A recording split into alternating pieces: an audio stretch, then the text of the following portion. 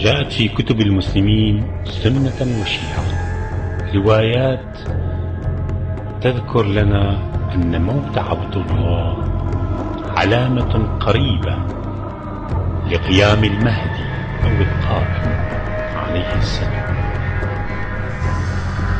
في كتاب 250 علامة، العلامة رقم 88 بعنوان حكم الحجاز، يروي عن مسند أحمد عن النبي صلى الله عليه وآله وسلم يقول: يحكم الحجاز رجل اسمه على اسم حيوان، إذا رأيته حسبت في عينيه الحول من البعيد، وإذا اقتربت منه لا ترى في عينيه شيئا.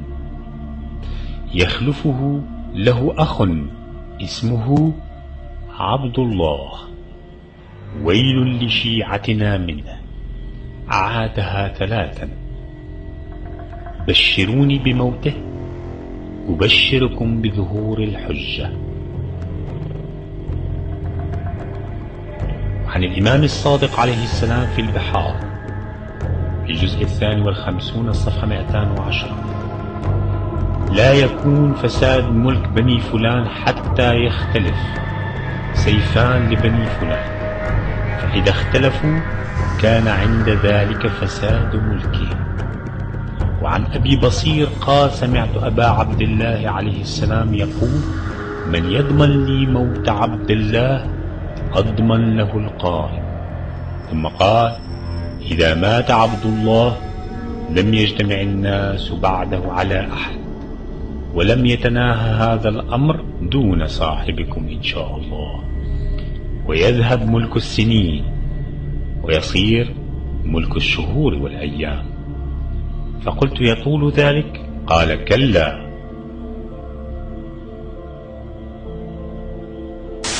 وكأنك سمو الأمير يعني توافق بأنك يعني تضع احتمال أن يحدث ما حدث في دول الجوار والدول الأبعد من احتجاجات، يمكن، أنا أقول يمكن بين قوسين، أن يحدث مثلها في المملكة العربية السعودية. ممكن؟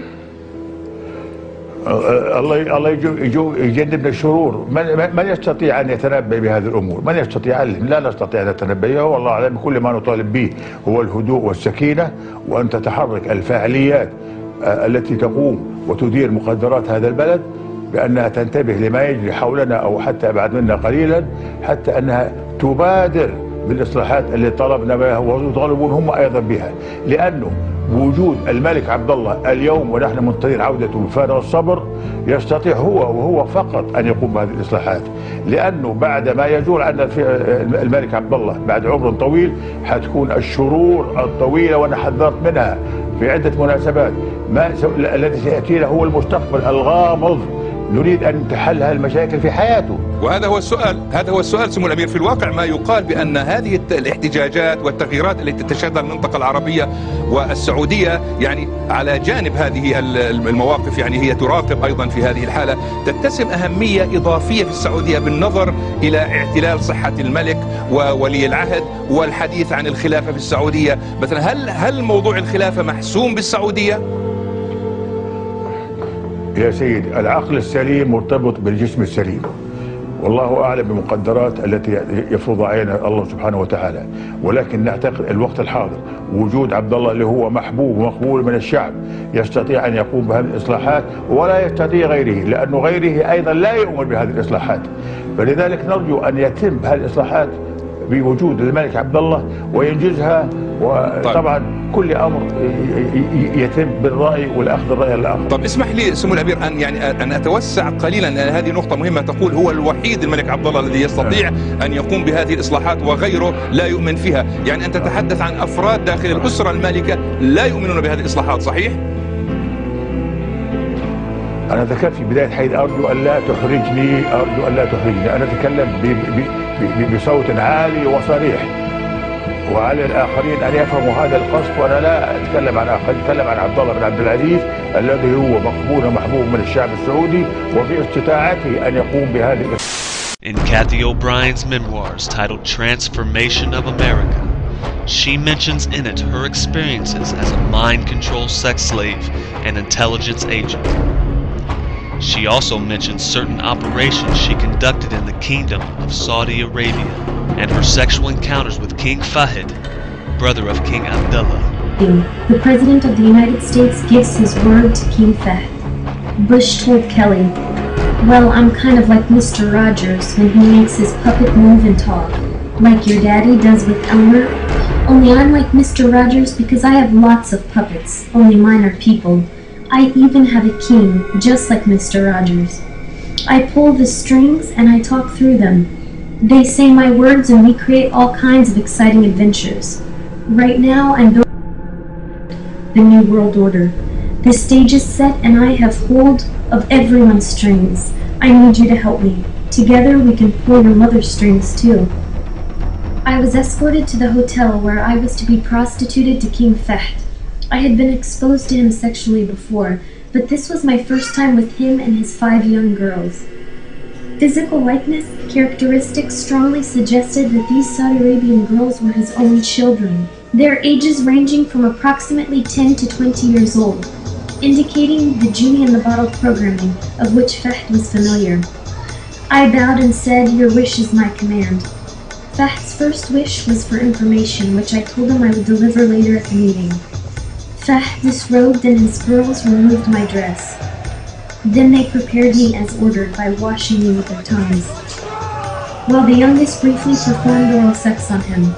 The girls were ordered aside while I proceeded to sexually gratify Fahd according to his instruction and those I had received earlier from Cheney and Bush. When I finished doing my part in the name of diplomatic relations, Habib was at the door to escort me out. I was to meet with Fahd again at 3 a.m. in Habib's suite. At last, he took me on to the meeting in Habib's room, where Bush, Cheney, Fahd, and Habib were in the midst of discussion. Bush accessed the messages and bank transaction details I was programmed with in Shasta, and ordered me to relay an account of my meeting with De La Madrid and subsequent opening of the Juarez border. The complexities of this meeting, compounded by my being privy only to certain parts, should not be documented here out of context. I do know that Bush was setting the stage for implementing the New World Order, using Mexico and Saudi Arabia's roles for cover and for further expansion of U.S. covered criminal activity. This included the arming of Iraq with weapons and chemical warfare capabilities. The message Reagan had me programmed with earlier that day was further evidence of this. I delivered Reagan's message to King Fahd as ordered. Greetings to King Fahd from President Reagan. The negotiations you are about to embark on are not only critical to the world peace process, but may solidify U.S.-Saudi relations beyond your wildest expectations. You have my word that what appears to be the building up of forces in Iraq is but a mirage in the whirlwind. And when this operation is completed and the dust finally settles, you will see that the sands have shifted in time, running out on our own adversaries and shifting all power and control to our unified effort. Although Saudi Arabia is the most conservative Islamic country, abnormal sexual activities is not strange to the ruling elite, the family of Saud. We have the lead investigator here, and I just want to ask you quickly, what was one of the key components of this was the nature of the relationship between the two men. Can you tell us, what did you find from your evidence in the investigation? Well, we've never had a truthful account of the nature of the relationship from anyone. But it is clear from the evidence we covered there was certainly a sexual nature to the relationship. And also, the best evidence of the relationship is the CCTV from the lift, which shows the defendant beating Bandar severely on at least 2 occasions in a public place. At no time did Bandar try to defend himself, and indeed at one stage, after beating him, the defendant turned his back on him, casually pressed the lift button, walked out of the lift, and then decided to come back in and continue the beating. Clearly an abusive relationship, been described as a master-servant relationship. I don't think we'll ever know the truth of it. Thank you very much for that. Well, as you can see, clearly a complicated relationship, one that was characterized by repeated physical abuse. One prosecution witness describing it as Bandar Abdelaziz treated like a slave by the Saudi prince. Clearly the jury agreed with all that. Took them only an hour and a half to deliver the verdict of guilty of murder. The defendant in this case, how does he figure in the Saudi royal family? Is he really a prince? He is a prince. We understand he is the nephew of the king, and so he is in the royal family. However, he had been traveling outside of Saudi Arabia for some time and had made repeated visits to London. Allowing the women to drive? المرأة هي أمي، هي أختي، هي بنتي، هي زوجتي. أنا مخلوق من المرأة، والمرأة مخلوقة من يعني الرجل. يعني عند الآن في يعني البادية الناس يعني يسوقون، لأن العادة رجالهم راحوا للشغل في يعني المدن، أصبحوا ما في عند حلالهم إلا النساء. أصبحت النساء تسوق وتروح وتجيب يعني كل ما تحتاجه من يعني المدن أو من المياه يعني لا فيه، لكن المدن ما صار فيها شيء. وهذا شيء يمكن يعني مع الزمن، مع الوقت. الصبر جميل. يوجد العديد من السلام والتحية على ابن عمنا الموقر. وعليكم السلام. قولوا للناس ليصوموا 3 أيام.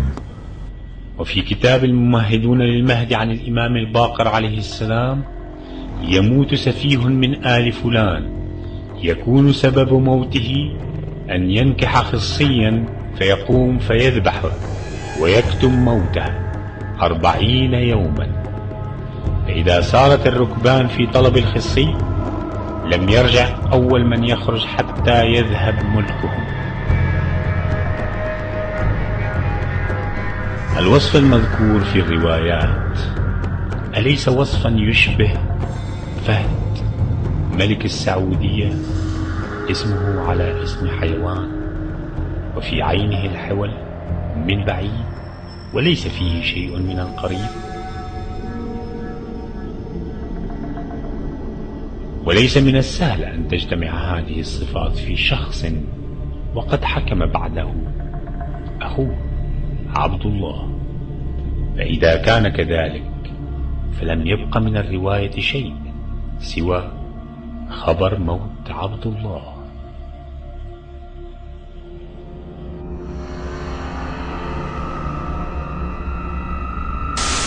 Classified US State Department document published by WikiLeaks earlier this week revealed the Saudi Arabia's King Abdullah was using Viagra pills at the age of 92.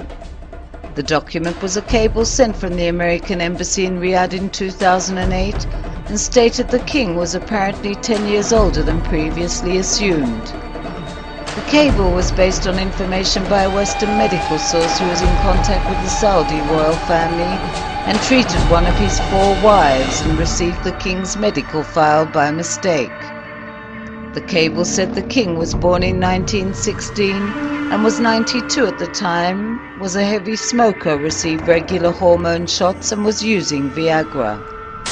بهذه المناسبة أقول لأخي عبد الله يعني 6 سنوات وأنت هارب وخايف من المواجهة، ما تخاف. بس نقول لك بعد 6 سنوات ثبت انك انت اللي كذب وراك والقبر قدامك، وانت هو اللي صنعتك بريطانيا وحاميتك امريكا. اخ معمر، فيه رؤساء يتكلمون